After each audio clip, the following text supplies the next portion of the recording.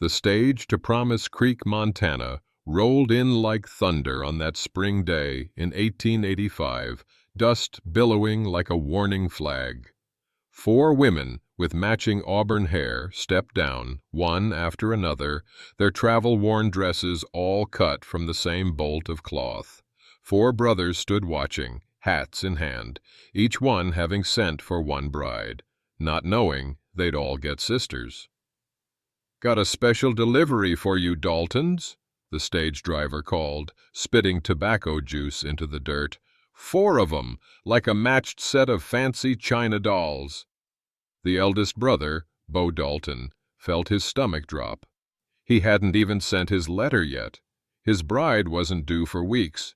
So who in tarnation was the 4th woman, looking at him with those tired, wary eyes that seemed to carry the weight of the whole Montana sky? Promise Creek wasn't much to look at. Just a dusty main street with a general store, saloon, stagecoach office, and a handful of weathered buildings clinging to life in the vast emptiness of the Montana Territory. But to the 4 Dalton brothers standing on the platform, it was the gateway to their future. "Remember the plan," Bo muttered, adjusting his hat. "Be gentlemen. Help with the trunks. No spooking them before they've had a hot meal." Finn, 5 years his junior, grinned and straightened his collar. "I know how to treat a lady, Bo. Might be you who needs the reminder. Try smiling. It won't break your face." Bo ignored him. At 30, he'd carried the weight of the ranch and his brothers since their parents died in a flash flood 5 years back. This whole mail-order bride business had been his practical idea. A ranch needed women, he'd argued. Not for romance, but for stability. A ranch needed heirs. The rumble of the approaching stagecoach grew louder, and dust clouded the air. When it lurched to a halt, the horses snorting and stomping, the driver's words hit them like a bucket of cold water. 4 of 'em! The brothers exchanged confused glances. 4. The agent inside was only supposed to be holding 3 tickets. Bo's bride, a sensible-sounding widow named Mrs. Peterson, wasn't due till next month. He was only here to support his brothers. The coach door swung open. The first to emerge was a young woman, perhaps 19 or 20. She had a heart-shaped face and wide, hopeful eyes that took in the dusty street with pure wonder. Ree Dalton, barely 20 himself, felt his heart give a hopeful lurch. She looked exactly as kind as he'd imagined when he'd picked her from the catalog. Next came another, her movements graceful and serene. She clutched a leather-bound portfolio to her chest like a holy relic. Owen, the scholarly middle brother, instinctively took a step forward, a protective urge surprising him. Then came the third. She didn't descend so much as disembark, back straight, chin held high. Her gaze was sharp and appraising, missing nothing. Finn's smirk widened. This had to be his lively wit. But then a 4th figure appeared in the doorway of the coach. She was the eldest, her bearing radiating quiet authority and weary strength. She paused on the step, her eyes finding Bo's, direct and unwavering. "Well, I'll be," the driver exclaimed, like a matched set of china dolls, all addressed to the Dalton ranch. Bo's mind was racing. This was a disaster, a mistake of colossal proportions. He stepped forward, hat in hand. "Ma'am, there seems to be a misunderstanding. We were expecting 3 ladies, separately." The eldest woman met his gaze without flinching. Her voice when she spoke was clear and steady, though laced with an exhaustion that went bone deep. "There is no misunderstanding, Mr. Dalton. My name is Eleanor Vance. These are my sisters, Isabel, Rosalind, and Genevieve. You are Bo, Finn, Owen, and Ree Dalton. You each sent for a bride. We are the women who answered." A gust of wind swept through the street, kicking up dust and rattling the sign above the stage office. The four brothers stared, mouths agape. Ree looked at Jenny, Owen at Rose, Finn at Izzy. It was all starting to make a terrifying kind of sense, but that still left Bo and the eldest sister Nora. "But I didn't," Bo started, his mind fumbling for an explanation. He hadn't sent for a bride yet. His letter was still sitting on his desk, unfinished. Nora's expression softened for a fraction of a second, a flicker of vulnerability showing through. The Matrimonial Times made an error in their printing. They listed 4 brothers at the Dalton Ranch seeking wives. When we saw the advertisement, we saw a chance, a single chance, to stay together. The unspoken desperation hung in the air. These weren't 4 independent women seeking husbands. This was a family unit cast adrift and looking for a safe harbor. "What do we do, Bo?" Ree whispered, his hopeful expression now clouded with confusion. Bo looked from his brothers' stunned faces to the 4 women. They looked tired and travel-worn, but there was a fierce, protective unity about them. They stood shoulder to shoulder, a small, defiant island in the vast, dusty expanse of Promise Creek. He saw their meager luggage, a few trunks and canvas bags that likely held everything they owned in the world. He saw the hope in the youngest's eyes and the weariness in the eldest's. His practical mind screamed at him to send them back. This was not the deal. It was complicated, messy, and bound to fail. The ranch could barely support the 4 of them, let alone 8. But his conscience, a quieter but more persistent voice, saw 4 women who had traveled 2,000 miles on a desperate prayer. He drew a long, slow breath, the dust filling his lungs. "Gus," he said to the driver, his voice rough with authority, "help us get these ladies' trunks loaded onto the wagon." He turned back to Nora, his expression unreadable. "The ranch is a 2-hour ride from here. You and your sisters must be tired. You can rest there for the night." He paused, letting the weight of his words settle. "And then we will talk." It wasn't a promise of a future. It was barely a truce. But for the 4 Vance sisters, standing under the harsh Montana sun, it was the first glimmer of hope they'd seen in a very long time. The Dalton Ranch was less a picturesque homestead and more a testament to stubborn persistence. The main house, built of sturdy logs chinked with mud and moss, was large but weathered, surrounded by a collection of barns, corrals, and sheds that all looked to be in various states of hard-won survival. Inside, 8 people moved awkwardly around a space designed for 4, bumping elbows and exchanging polite, strained murmurs. The sisters, accustomed to close quarters, navigated the shared space with practiced grace, but the brothers seemed to have lost control of their own limbs. Finn nearly upended a bucket of milk trying to step out of Izzy's way. Nora immediately took charge of the kitchen as if establishing territory. The brothers, used to a diet of beans, bacon, and whatever game they could shoot, were startled by the appearance of properly baked bread from the meager supplies in the pantry. "You ladies can take the back bedroom," Bo announced after supper. "We brothers will sleep in the barn for now." "That's very kind, Mr. Dalton," Eleanor replied, "but unnecessary. Rosalind and Genevieve can share that room. Isabel and I can make pallets by the hearth." "Mighty proper of you, Miss Vance," Finn said with a slight bow. "But my brother's right. We Daltons weren't raised to put ladies on the floor." Isabel lifted her chin. "We're not made of china, Mr. Dalton.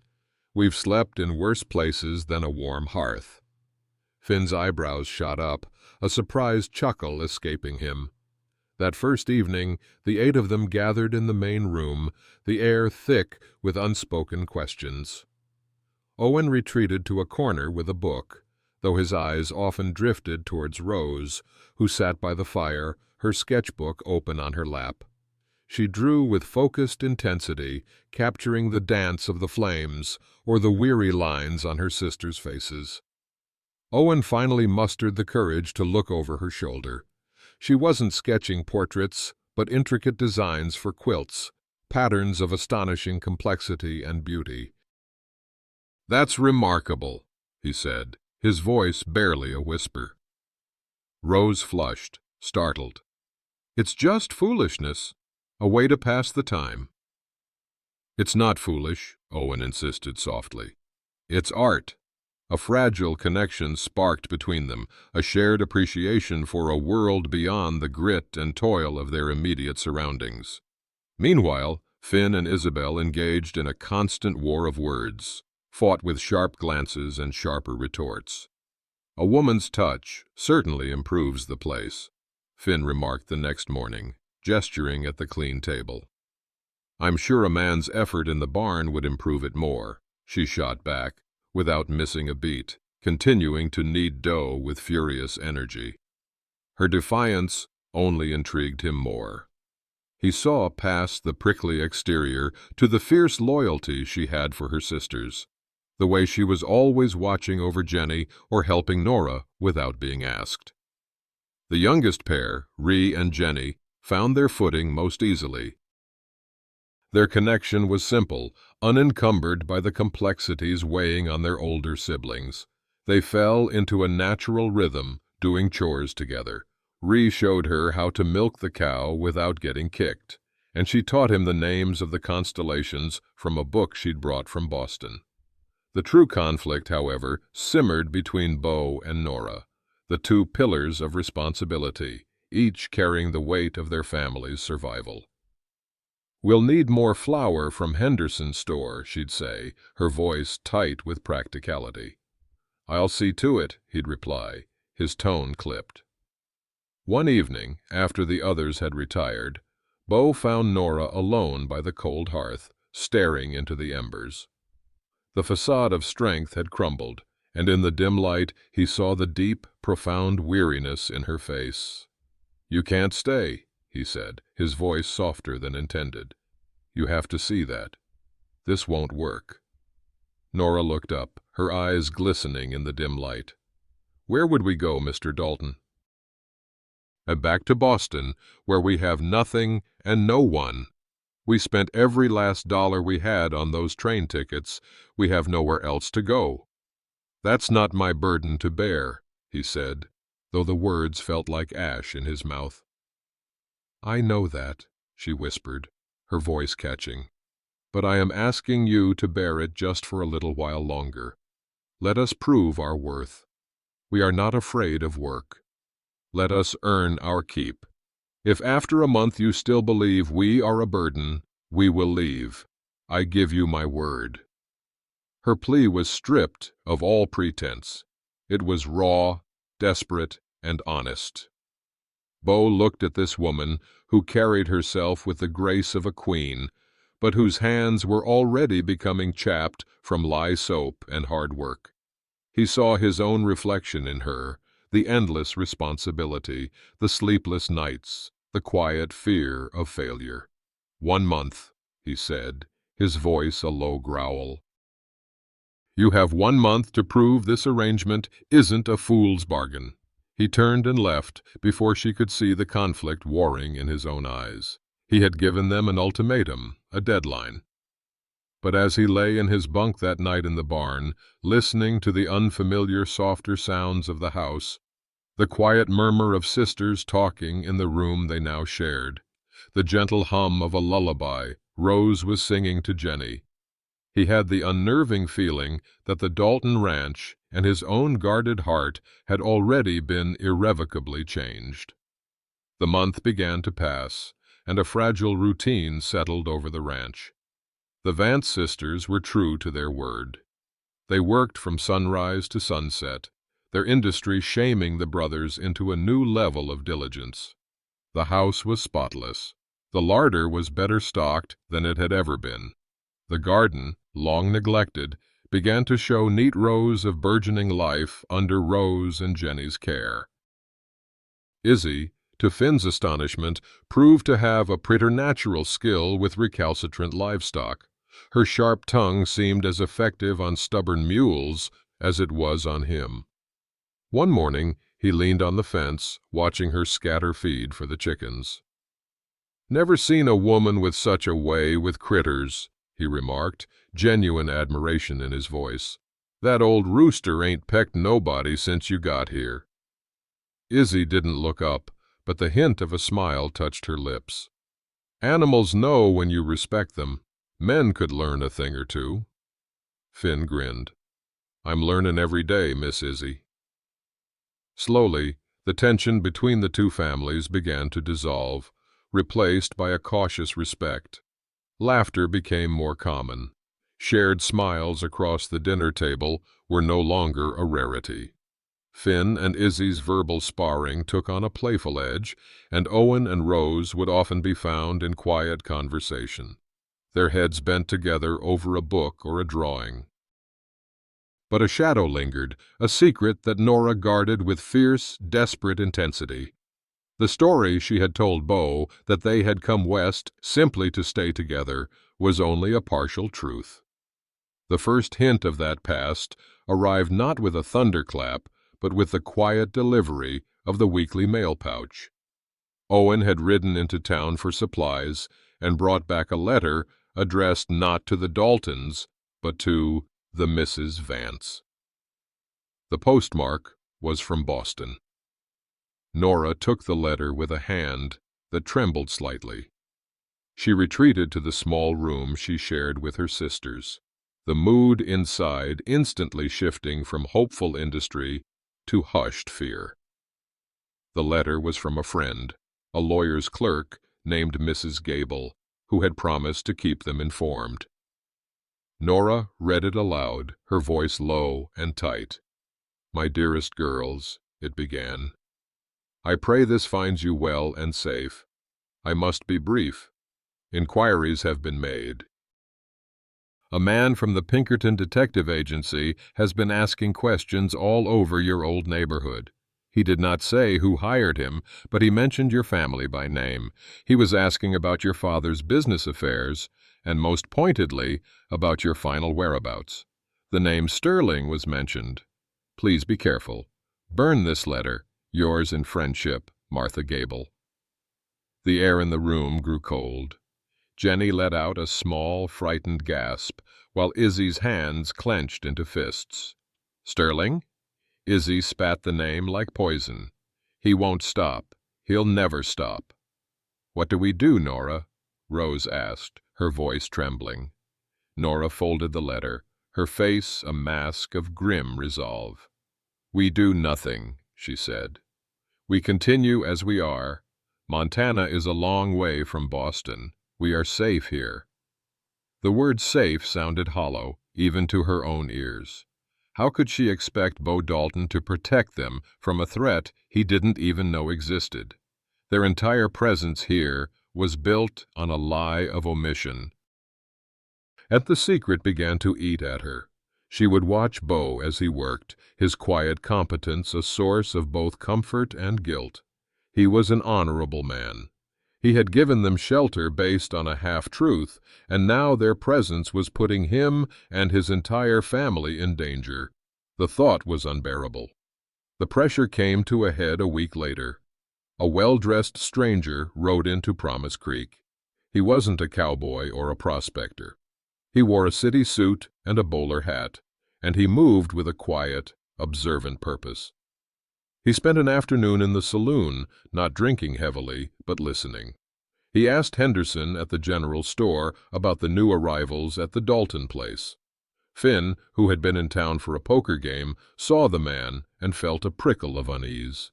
He reported it back at the ranch that evening. "Feller in town asking questions," he said, his usual easy manner replaced with tension. "Looks like a lawman, but not from around here. Asked a lot of questions about you four."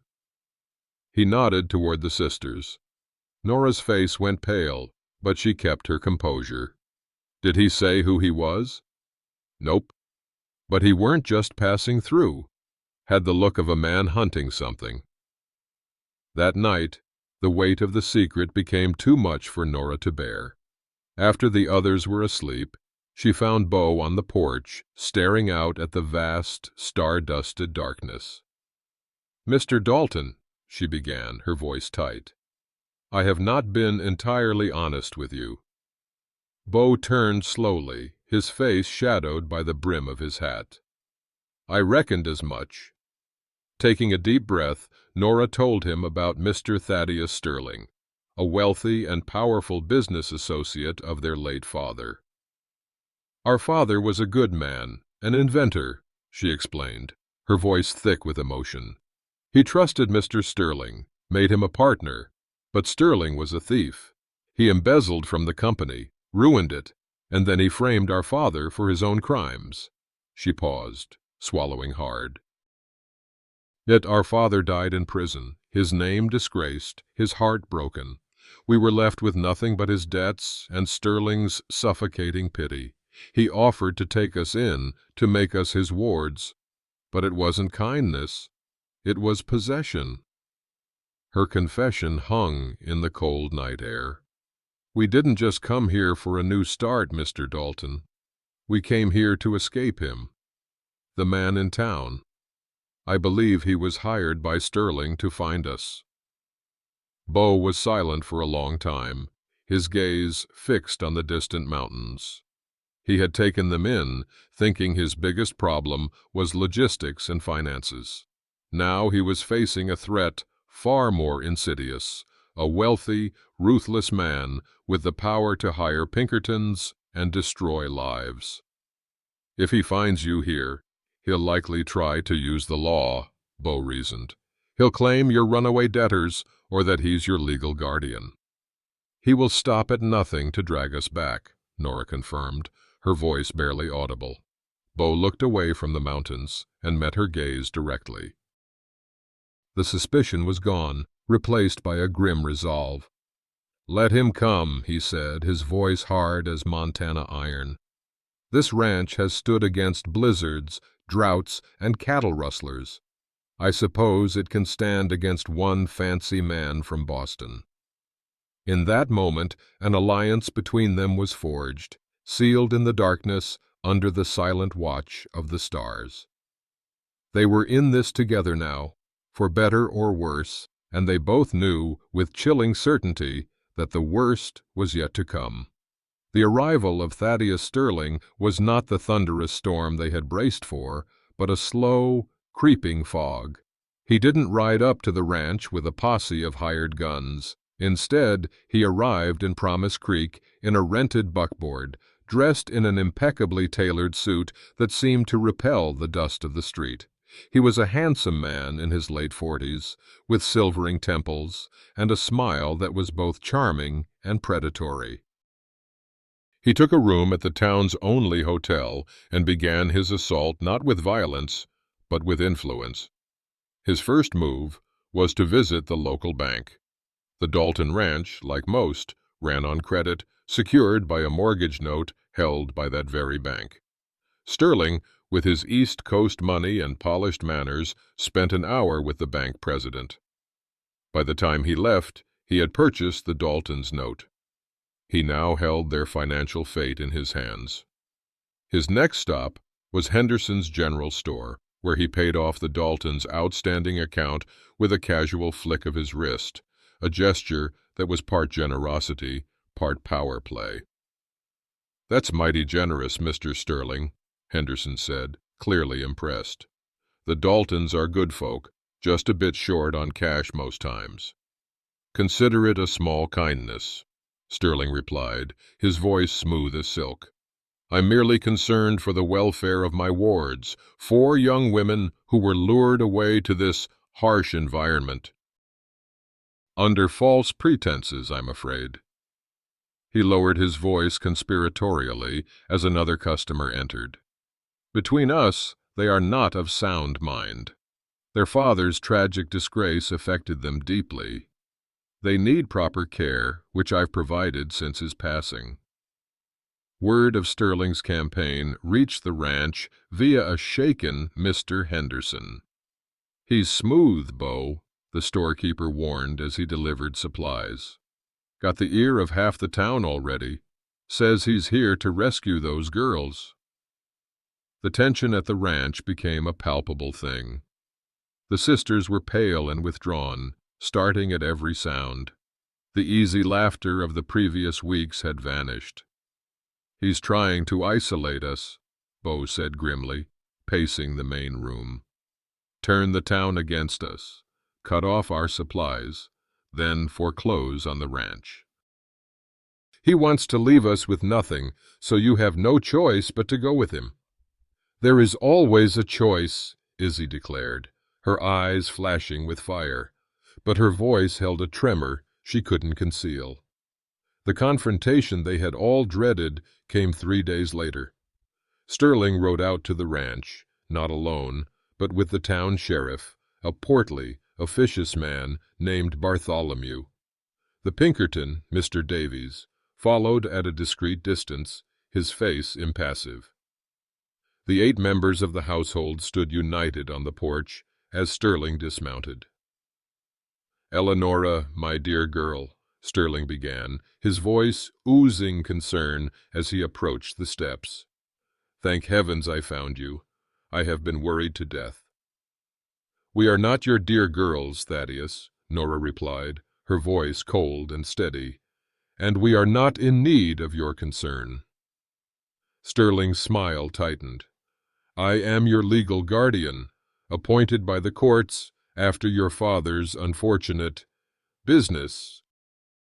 These men have taken advantage of you." He turned to the sheriff. "I want these women returned to my custody." "Now hold on, Mr. Sterling," Bo interjected, stepping forward to stand beside Nora. "These ladies are here of their own free will. They are our betrothed." A collective sharp intake of breath came from the brothers and sisters behind him. It was a lie, a desperate, monumental one, but it was the only shield they had. Sterling laughed, a condescending, unpleasant sound. "Betrothed. You expect me to believe that? 4 lonely men and 4 penniless women. This is a transaction, not a romance, and it is one I will not permit." He pulled a sheath of papers from his coat. "This is a court order from Boston, affirming my guardianship." And then, producing another document with a flourish, "And this is the deed to this ranch's mortgage. You are on my property, Dalton. I could have you evicted by morning." The sheriff shifted uncomfortably. "Bo, the man has papers." It felt like checkmate. They were trapped legally and financially. It was Owen, the quiet, scholarly brother, who spoke up. "Your guardianship order, Mr. Sterling. It is from a Massachusetts court. Does it hold jurisdiction here in the Montana Territory?" Sterling's eyes narrowed. "It is a legal document." "Perhaps," Owen continued, his confidence growing. "But territorial law is a complex thing. I imagine Sheriff Bartholomew would need to consult with a territorial judge before enforcing an out-of-state order, especially one concerning adult women who claim to be here by choice. It could become a very lengthy and complicated legal matter." A flicker of annoyance crossed Sterling's face. He hadn't counted on a backwoods farmer knowing anything about jurisprudence. "The boy might have a point," the sheriff admitted reluctantly. "I'd need to consult Judge Wilson on this." While the legal argument bought them time, it didn't solve the immediate threat. The proof they needed, the ledger that could exonerate their father and incriminate Sterling, was the key, but it was lost, likely destroyed years ago. That evening, the mood in the house was grim. Hope was dwindling. Rose, who had been quiet and pale throughout the ordeal, was sitting by the fire, her hands twisting a piece of cloth in her lap. She looked over at her mother's old quilting basket, a worn wicker thing she had insisted on bringing with them. Suddenly her eyes widened. "The quilt," she whispered. "What is it, Rose?" Nora asked, rushing to her side. "Father's memory quilt," Rose said, her voice trembling with dawning realization. Mother was making it for him before he was taken.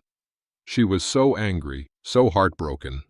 She said she was sewing his truth into the very fabric of it. I never understood what she meant. She scrambled to the basket and pulled out a large, unfinished quilt. It was beautiful, but somber, made of dark blues and grays. But as Rose turned it over, she pointed to the backing cloth. Along the edges, sewn with infinitesimally small stitches in a thread nearly the same color as the fabric, was writing. The others crowded around. It wasn't just writing, it was a coded message, page numbers, dates, and cryptic phrases. "It's a key," Owen breathed, his mind racing. "It's not the ledger itself, but a guide to it. She must have known the original would be found. This refers to a second hidden copy." "But where?" Izzy demanded, her voice sharp with hope and fear. "A copy of what?" "Father's invention journals," Nora said, her heart pounding. "He kept duplicate copies of everything. He was meticulous. He stored them with his solicitor, Mr. Abernathy, for safekeeping." The message on the quilt contained references that only someone familiar with the journals would understand. It was a cipher, but the journals were in Boston, and Sterling was on their doorstep. For 2 days, the household worked feverishly to understand the cryptic message sewn into the quilt. Owen, with his scholarly mind, and Rose, who knew her mother's ways, bent over the fabric for hours. "It's a cipher," Owen confirmed. "Your mother hid references to your father's duplicate journals. See these numbers? They're page references." "But the journals are in Boston, with Mr. Abernathy," Rose said, her voice heavy with disappointment. "How does that help us now?" It was Finn, the gambler, who saw the opening. "We don't need the journals," he said, a slow, cunning smile spreading across his face. "We just need Sterling to think we have them." He looked at the Pinkerton, Mr. Davies, who had been observing the whole affair with professional detachment. "That detective, he's not Sterling's man. He's a Pinkerton. They have a reputation. They value facts, not just who's paying them. We need to play a different game." Finn's plan was audacious. The next morning he rode into town and found Mr. Davies in the hotel restaurant. He didn't threaten or plead. He laid a single carefully chosen page from Rose's sketchbook on the table. On it, Owen had helped her meticulously transcribe a section of the quilt's code. "My future father-in-law was a very careful man, Mr. Davies," Finn said coolly. "He documented every transaction, every meeting with Mr. Sterling. Sterling believes he has the only copies of certain incriminating documents. He is mistaken." Davies studied the paper, his expression unreadable. "Sterling is a powerful man." "Powerful men have the most to lose," Finn countered. "You were hired to find 4 missing women. You found them. Your job is done. But getting involved in a fraud and conspiracy case that crosses state lines, that's a whole different kind of trouble, especially when the evidence is about to become public." Davies looked up sharply. "What evidence?"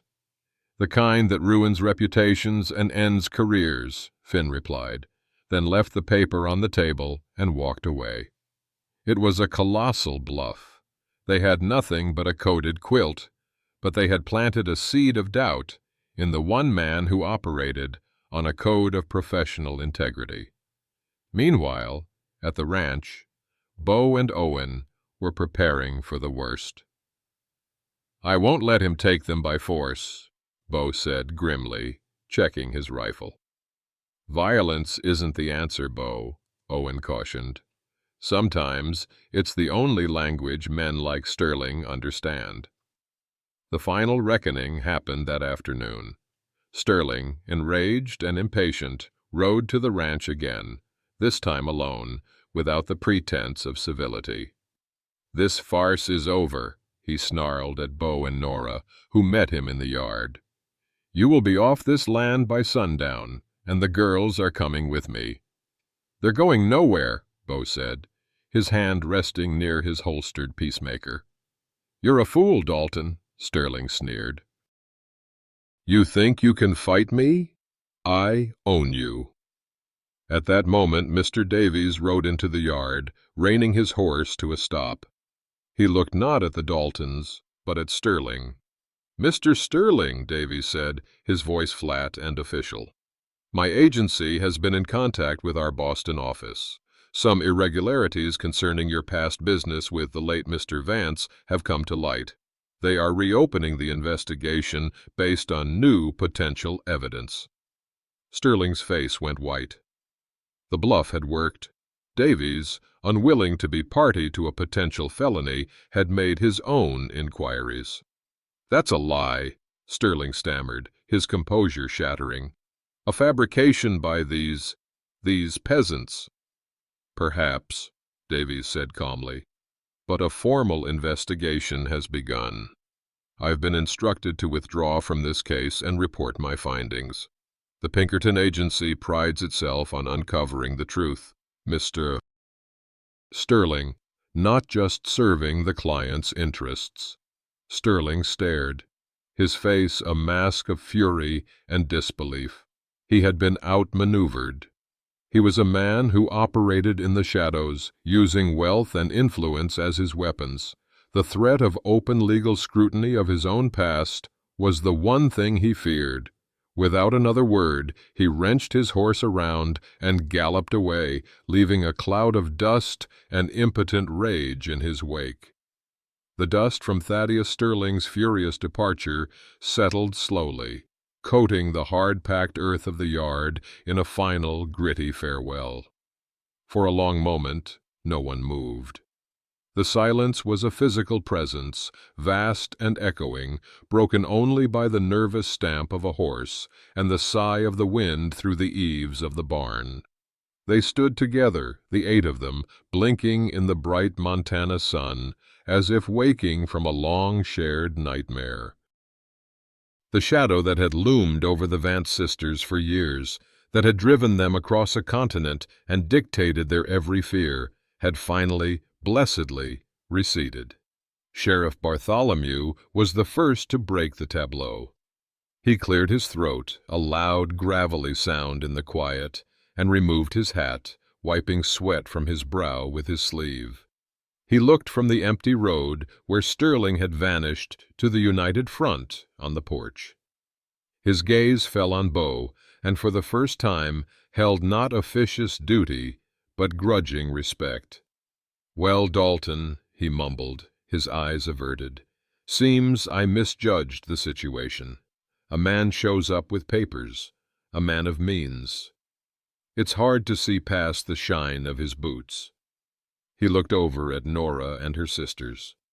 "My apologies, ladies. Glad you're safe." With a final curt nod, he heaved himself back onto his horse and rode toward town. Mr. Davies remained. He dismounted and walked toward the porch, his movements precise and economical. He stopped before Bo, his face as impassive as ever, but his eyes held a flicker of professional interest. "My client has, it would appear, terminated my employment," he said dryly. "The Pinkerton Agency was hired to locate the Vance sisters. They have been located. My report will state that they are safe and residing here of their own volition." He paused. "It will also include a recommendation for a formal review of Mr. Sterling's business practices based on certain potential discrepancies." Finn clapped the detective on the shoulder. "You're an honorable man, Mr. Davies. If you're ever out of work, the Daltons could use a man who can spot a cheat." A rare thin smile touched Davies's lips. "I appreciate the offer, Mr. Dalton, but I find employment is rarely scarce when dealing with men like Thaddeus Sterling." He tipped his bowler hat to the sisters. "Ladies." And with that, he too mounted up and rode away, a figure of dispassionate justice, vanishing back into the anonymity of the frontier. They were alone. The threat was truly gone, at least for now. It was then that the dam of composure broke. Jenny, her face crumpling, let out a sob that was equal parts grief and pure, unadulterated relief. Ree was by her side in an instant, his arm around her as she wept into his shoulder. "It's all right now," he murmured. "He's gone. You're safe." Rose leaned against a post, her hands trembling so violently she had to clasp them together. Owen moved to her side, not touching her, just standing near enough that she could feel his steady presence. Izzy stood ramrod straight, her chin high, but her knuckles were white where she gripped the railing, her fierce pride the only thing keeping her knees from buckling. And Nora simply closed her eyes, letting the full weight of their deliverance wash over her. For the first time since their father's arrest, the constant gnawing fear in the pit of her stomach was gone. In its place was an exhaustion so profound it felt as if she could sleep for a week. She felt a strong, steady hand on her arm and opened her eyes to see Beau standing beside her, his expression one of quiet understanding. "Let's get inside," he said, his voice a low rumble. "It's over." Inside, the air was thick with unspoken emotions. They moved with a strange new awkwardness. Beau's lie to the sheriff, "They are our betrothed," hung between them all. No longer a desperate shield, but a monumental question. The brothers gathered for a moment near the fireplace, while the sisters busied themselves in the kitchen. "Betrothed?" Finn said, leaning against the mantel with a wry grin. "You don't do things by halves, do you, brother?" "It was what was needed," Beau said gruffly, though a faint flush crept up his neck. "I liked the sound of it," Ree declared, his chest puffed out. It felt right." Owen, ever the thinker, watched the kitchen door. "It was a public declaration, Beau, in front of the sheriff. Words like that have weight in a town like Promise Creek. We can't simply pretend they weren't said." "I don't intend to," Beau stated, his gaze fixed on the kitchen where Nora moved among her sisters. That evening, as a soft twilight painted the sky in hues of purple and rose, real conversations began, each pair finding their own space to navigate the landscape of their future. Finn found Izzy by the corral, the fiery defiance in her posture finally softened. The setting sun caught the auburn strands in her hair, and for a moment his breath caught in his throat. "He's really gone," she said, her voice softer than he'd ever heard it. "For years I've imagined what I would say to him, what I would do if I ever saw him again. I thought I'd be screaming. Instead, I just felt tired." "You have a right to be," Finn said, coming to stand beside her. "You've been fighting a war your whole life." He hesitated, his usual glibness failing him. Isabel, I've known a lot of women who were charming, beautiful, easy to talk to." He let out a short laugh. "And then I met you. You were none of those things." She turned to him, an eyebrow raised. "Is this your idea of a proposal?" "Just listen," he said, his tone growing serious.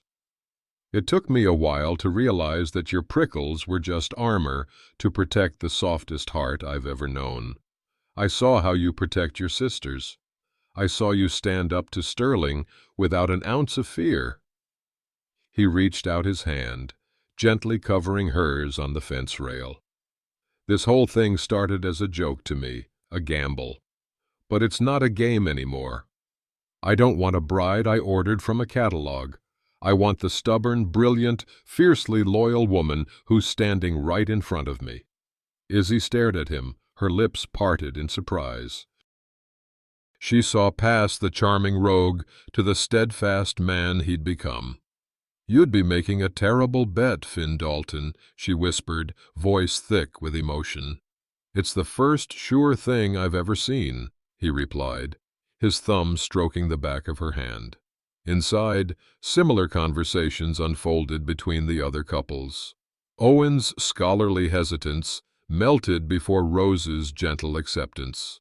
Ree and Jenny's youthful connection blossomed into something deeper with every shared word. But it was Beau and Nora who faced the greatest divide.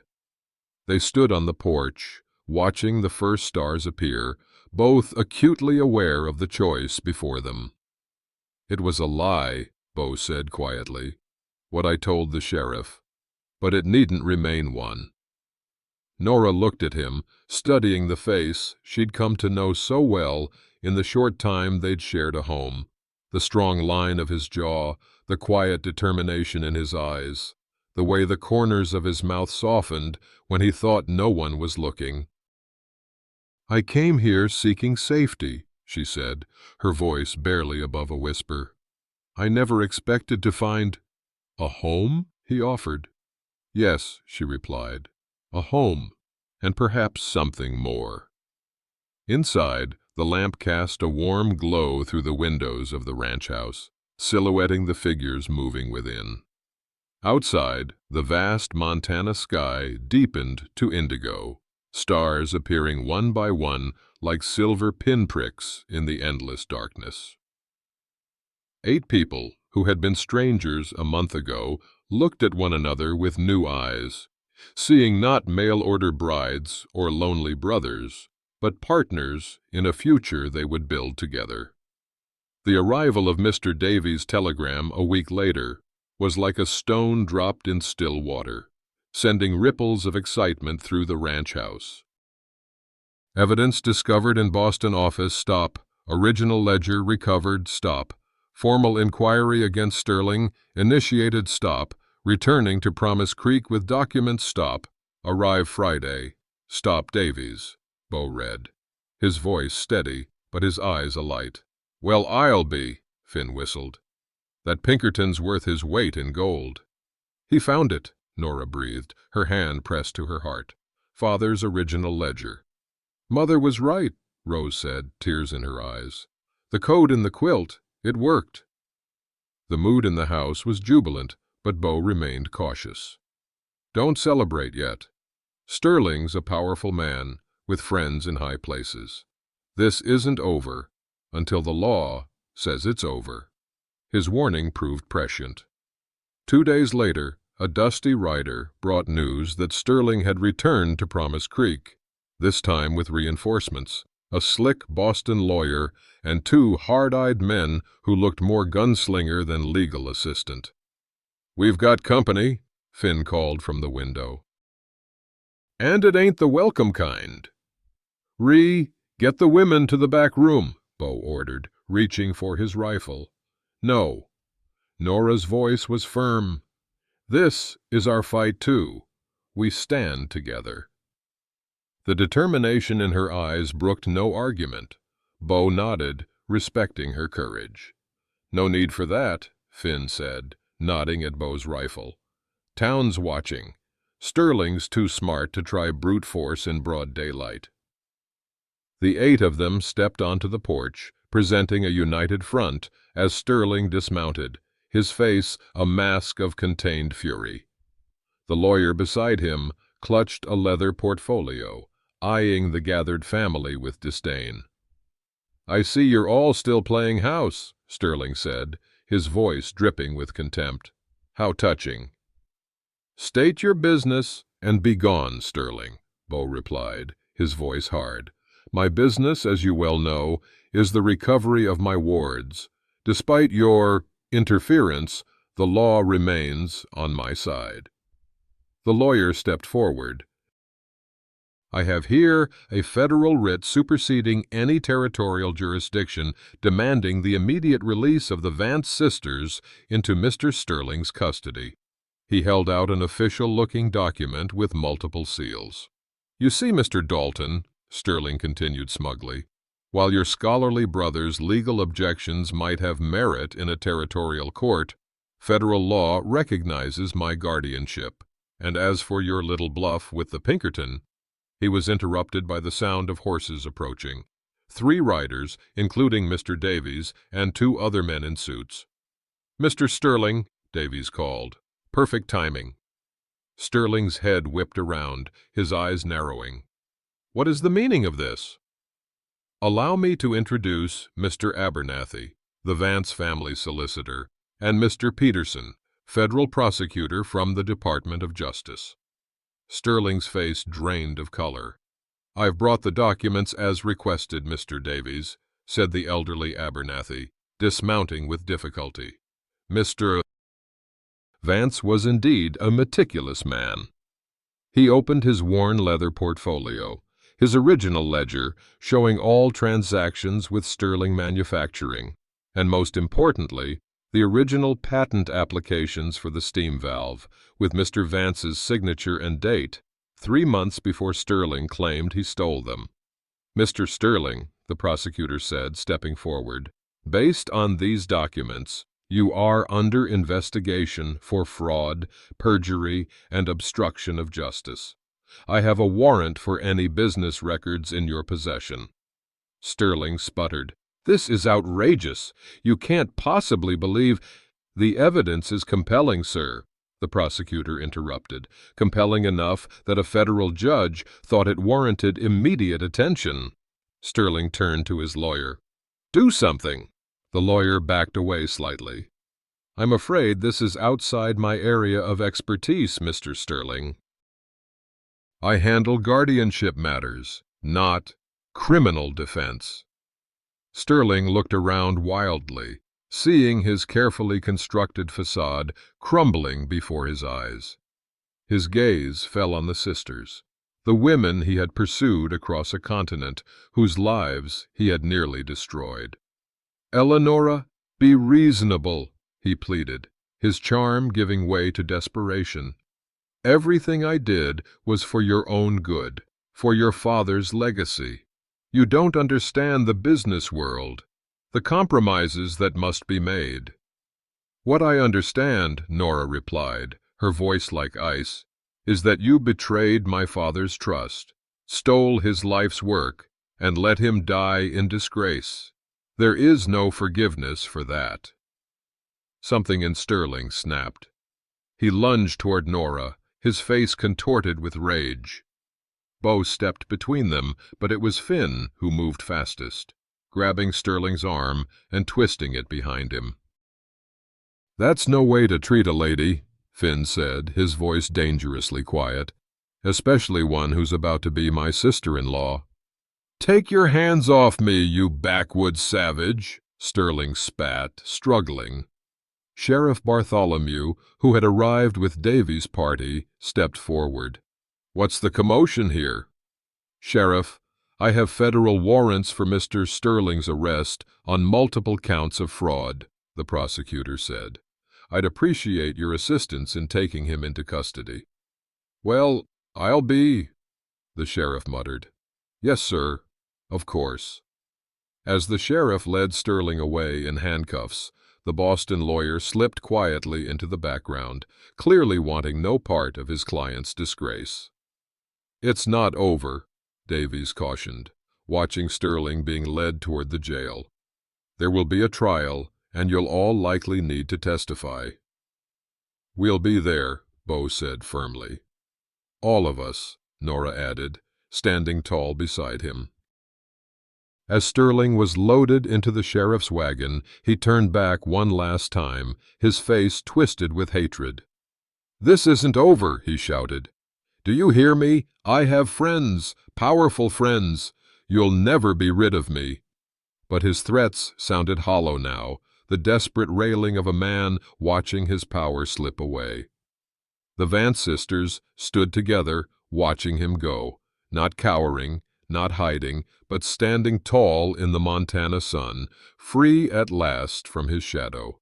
Finn turned to Izzy, his usual grin returning. "Well, that was quite a show. Not the kind of entertainment we usually get in Promise Creek." Izzy's lips curved in a rare smile. "I've seen better." Finn laughed, wrapping an arm around her shoulders. "You're a hard woman to impress, Isabel Vance." As the dust settled once again, the 8 of them stood together on the porch of what truly felt, for the first time, like home. Promise Creek had never seen a wedding like it. 4 couples standing before the altar, 4 brothers in their Sunday best, 4 sisters in dresses sewn from the same bolt of ivory fabric that Rose had carefully embroidered with wildflowers. The entire town had turned out, curiosity mixing with genuine goodwill. The story of Sterling's deception and the sisters' escape had spread like wildfire, transforming them from suspicious outsiders to the heroines of a tale folks would tell for generations. The church bell rang out across the valley, its clear tones carrying on the crisp autumn air. Inside the small wooden church, sunlight streamed through simple glass windows, casting a warm glow on the gathering. The sisters stood in the vestibule, making final adjustments to each other's dresses, just as they had done since childhood. "Mother and Father should be here," Nora said softly, her eyes bright with unshed tears. Izzy squeezed her hand. "They are, Nora." "In their own way." "I worked something of Father's into each dress," Rose explained. "A button from his vest, a thread from his handkerchief. And Mother's lace on our sleeves," Jenny added, touching the delicate trim. Nora's fingers caressed the small lace cuff, feeling the connection to the past even as they stepped into their future. "I never imagined this," she confessed. "When we boarded that train in Boston, all I hoped for was safety. A roof, work, anonymity. I never dreamed we'd find—" "Home," Isabel finished for her. The music changed, signaling them to enter. The church doors opened, and the 4 sisters walked down the aisle together, just as they had traveled across the continent, side by side, bound by blood and shared struggle. At the altar stood the 4 brothers, each face reflecting a different emotion. Beau's quiet intensity, Finn's barely contained joy, Owen's gentle wonder, Rhee's unabashed adoration. "Dearly beloved," the minister began, his voice carrying to the rafters, "we are gathered here today to join these 4 men and these 4 women in holy matrimony. I've been preaching in Promise Creek for nigh on 20 years, and I never thought I'd be performing 4 weddings at once." Gentle laughter rippled through the congregation. But the Lord works in mysterious ways, bringing these souls together across a continent through trials and tribulations that would break lesser spirits. As the ceremony proceeded, each couple spoke their vows, promises not of blind obedience or ownership, but of partnership, respect, and loyalty forged in the fire of shared adversity. "I take you," Beau said to Nora, his voice low and sincere, "not as a stranger answering an advertisement, but as the woman who taught me that a house needs more than walls to be a home." "I take you," Nora replied, "not as a sanctuary in a storm, but as the man who stood beside me when the winds were fiercest." Finn cleared his throat, surprisingly emotional. "I take you, Isabel Vance, sharp tongue, fierce heart, and all, to be my wife. God help me." The congregation chuckled as Izzy fought back a smile. "I take you, Finn Dalton, impossible man that you are, to be my husband. Heaven help us both." Owen and Rose's vows were quieter, filled with references to books they'd shared and dreams of beauty they'd build together. Rhee and Jenny's were the simplest, pure, unvarnished declarations of love that brought tears to the eyes of even the most weather-beaten ranchers. "By the authority vested in me," the minister pronounced, "I now pronounce you men and wives. You may kiss your brides." The church erupted in cheers as the 4 couples sealed their vows with kisses ranging from Beau and Nora's dignified embrace to Finn dipping Izzy dramatically, much to her pretended dismay and secret delight. Outside, the celebration spilled into the street. Tables groaned with food contributed by every family in the district. A makeshift dance floor had been constructed in the square, and a three-piece band, fiddle, guitar, and harmonica, struck up a lively tune. Mr. Davies watched from the sidelines, a rare smile on his usually impassive face. He approached Bo and Nora during a quiet moment. "The preliminary hearing against Sterling went well," he informed them.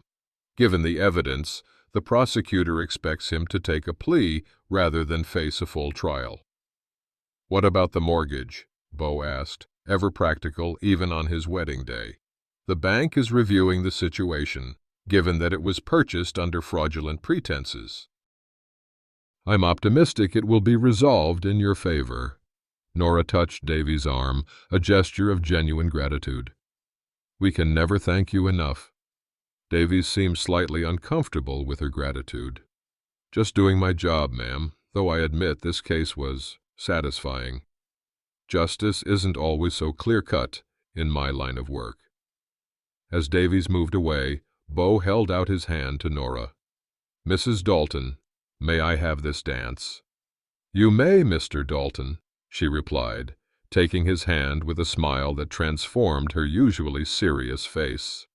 Across the floor, the other couples joined them, Finn twirling Izzy with flamboyant skill, Owen and Rose moving in perfect, gentle harmony, Ree and Jenny laughing as they occasionally missed a step.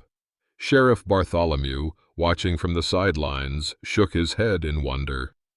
"Never thought I'd see the day," he remarked to Henderson, the storekeeper. 4 mail-order brides who turned out to be sisters, marrying 4 brothers who didn't know what they were getting into. Sounds like one of them dime novels. Henderson nodded sagely. "Life's stranger than fiction, Sheriff, and a sight more satisfying when justice gets done." "Amen to that," the sheriff agreed. As twilight painted the sky in shades of gold and rose, the 8 dancers moved in their own world, surrounded by community, but connected most deeply to each other. No longer strangers bound by desperation, but family bound by choice. The Dalton Ranch had transformed in the year since the weddings.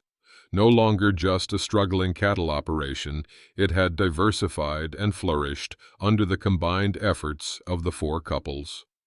The morning sun cast long shadows across the yard as Bo stepped onto the porch, coffee mug in hand. He surveyed the changes with quiet satisfaction. New fencing, a repaired barn roof, chicken coops, a thriving garden twice the size of the original. Inside, the sounds of breakfast preparation mingled with quiet conversation. The old ranch house had expanded, with 2 new rooms added to accommodate the growing family. The rough-hewn walls were now adorned with roses quilts, bringing color and warmth to spaces that had once been merely functional. Nora joined him on the porch, her own coffee steaming in the cool morning air. "Penny for your thoughts, husband?" Bo smiled, a gesture that came more easily to him now. "Just thinking about how much has changed in a year." "For the better, I'd say," she replied, leaning against the railing beside him. Izzy had taken charge of a thriving poultry business, her way with critters proving profitable as well as useful. Finn had leveraged his natural charm into successful cattle deals, expanding their herd with shrewd trades. Owen and Rose had converted part of the barn into a workshop where she created quilts based on her intricate designs. Word had spread, and orders came from as far away as Denver for Vance Dalton quilts, each one signed with their intertwined initials. Ree and Jenny tended the largest vegetable garden in the county, supplying not only their expanded household, but selling the excess to Henderson's store. Jenny's background as a teacher had also made her the natural choice when Promise Creek decided it needed a proper school. And Bo and Nora, they ran the ranch as true partners, her organizational skills complementing his practical knowledge in a way that had doubled their production in a single year. "Mail's here," called Ree, riding in from town with the weekly delivery. The family gathered around the kitchen table as Nora sorted through the letters. Bill, advertisement, letter from Mr. Davies. Bo looked up from his coffee. "What's the Pinkerton got to say?" Nora opened the envelope and scanned the contents, her eyes widening. "Dear Mrs. Dalton," she read aloud, "I thought you would want to know that Thaddeus Sterling was sentenced yesterday to 5 years in federal prison for fraud and perjury. The judge was particularly moved by your father's story and ordered full restitution to your family." Surprised murmurs filled the room as she continued. "The patent rights to the steam valve have been restored to the Vance estate, meaning you and your sisters. According to my calculations, the royalties alone should be substantial. Congratulations. The justice system sometimes works as intended. Regards, Edward Davies." "Restitution? Royalties?" Izzy repeated, stunned. "Does this mean we're rich?" Rose finished the thought, her voice small with disbelief. Finn let out a whoop of laughter. "Well, I'll be. I married an heiress after all." Izzy swatted his arm, but couldn't hide her smile. "Don't get any big ideas, Finn Dalton." Owen looked troubled. "This changes everything. You could all go back east, live in comfort." "This changes nothing that matters, Owen," Nora interrupted firmly. "Our home is here now." "She's right," Bo said, his hand finding Nora's. "The money's welcome. Lord knows we can use it to improve the ranch. But what we've built here is worth more than any inheritance." That evening, as the extended family gathered on the expanded porch of the ranch house, Bo brought out the memory quilt, now finished by Rose's careful hands and hanging in a place of honor in the main room. "I think it's fitting we hang this here, where we can all see it," he said, running his hand over the intricate stitching. "Not just because it saved you from Sterling, but because it reminds us of where we came from and what we've built together."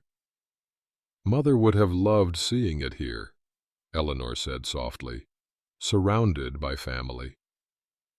The conversation drifted to memories of that first day at the stagecoach office, each recalling their first impressions. "You know what this reminds me of?" Finn said, his arm around Izzy as they sat on the porch steps. "That day you all stepped off the stagecoach, looking like you'd blow away in the first strong wind." "As I recall," Izzy retorted, "you weren't exactly the catch of the county yourself, Finn Dalton." "Ah, but I grew on you, didn't I?" "Like moss on a stone," she replied, but leaned into him all the same. "Did any of you ever imagine, that day in Promise Creek, that we'd end up here?" Owen asked, his scholarly mind still sometimes marveling at the unlikelihood of their journey. "I did," Ree declared instantly. "The moment I saw Jenny step off that coach, I knew." Jenny laughed. "You did not. I swear it. Ask Bo. I told him right away that you were the one." Bo's mouth twitched. "As I recall, you were too tongue-tied to say much of anything." As laughter faded into comfortable silence, Nora looked around at the family they had formed, not by blood or by arrangement, but by choice and circumstance and the mysterious workings of fate. "When I put those advertisements in the Matrimonial Times," she mused, "I was desperate. I never dreamed we'd find not just security, but happiness. And when I wrote to that widow in St. Louis," Bo added, "I was thinking practically. A ranch needs women," I said. "And does it?" Nora asked, her eyes twinkling in the lamplight spilling from the windows. "This ranch needed these particular women," Bo replied, taking her hand. And these particular brothers needed a kick in the pants to realize what was missing in their lives. As night fell over the Montana Territory, stars appearing like silver pinpricks in the vast, dark canvas of the sky, the four couples sat together on the porch of the home they had built. Not just the physical structure, but the bonds between them. Their story, like the quilt that had saved them, was made of many pieces, some dark with struggle, others bright with joy, all stitched together with the strong thread of family, creating something more beautiful and enduring than any of them could have created alone. Life on the frontier was never easy. The Montana winters were brutal, the work never ending, the challenges of carving civilization from wilderness constant and demanding. But the Dalton Vance family, for that's how they came to be known in Promise Creek and beyond, faced those challenges together. Their story became something of a legend in those parts. Folks would tell it on long winter evenings or at barn raisings, embellishing here, simplifying there, but always preserving its heart. That family isn't just who you're born to, but who you choose to stand beside when the storms come. Sterling eventually served his time and disappeared into obscurity, a footnote in the history of their triumph. The Pattons brought wealth enough for comfort, though never extravagance. The Daltons weren't the extravagant type. The ranch prospered. Children came. Cousins who grew up as close as siblings, taught by Jenny in the school built with their parents' vision. Rose's quilts won prizes at state fairs.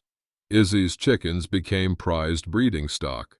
Finn's cattle deals were legendary, though slightly embellished in his telling.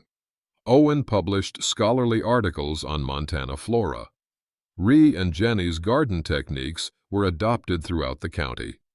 And Bo and Nora, they watched over it all, steady as the mountains on the horizon, their partnership a testament to what can grow from the rockiest soil when tended with patience and respect. So if you find yourself in Montana and you hear tell of four brothers who each ordered mail-order brides only to discover they were sisters, well, now you know the truth of it. And perhaps it'll remind you that sometimes the family we choose, or the family that chooses us, can be the greatest blessing of all.